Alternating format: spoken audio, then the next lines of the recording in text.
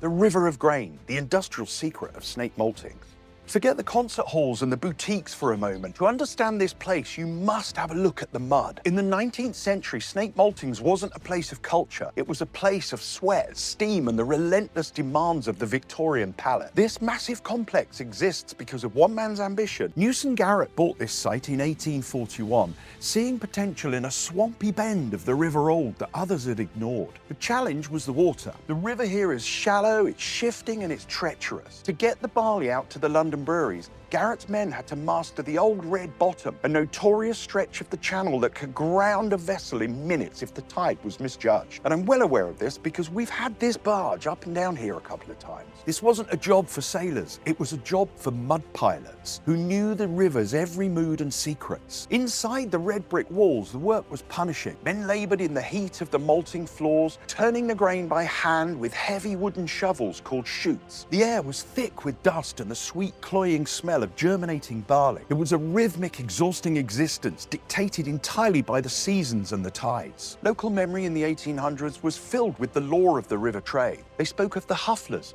local men who would help tow the heavy Thames sailing barges up the final winding reaches of the Alde when the wind failed. It was a community that lived and died by the depth of the water and the price of a bushel. When you walk between the buildings today, you notice the scale. These weren't built for beauty, they were built for volume. The architecture is a record of Victorian industrial might, standing on the edge of a wilderness. The Maltings didn't just provide jobs, they redefined the landscape. They turned a quiet Suffolk backwater into an industrial artery. The ghosts here aren't wearing shrouds. They're wearing moleskin and corduroy, and they're still waiting for the tide to turn. If you enjoyed this video, please hit like, please leave a nice comment, and please subscribe to our channel for more content just like this.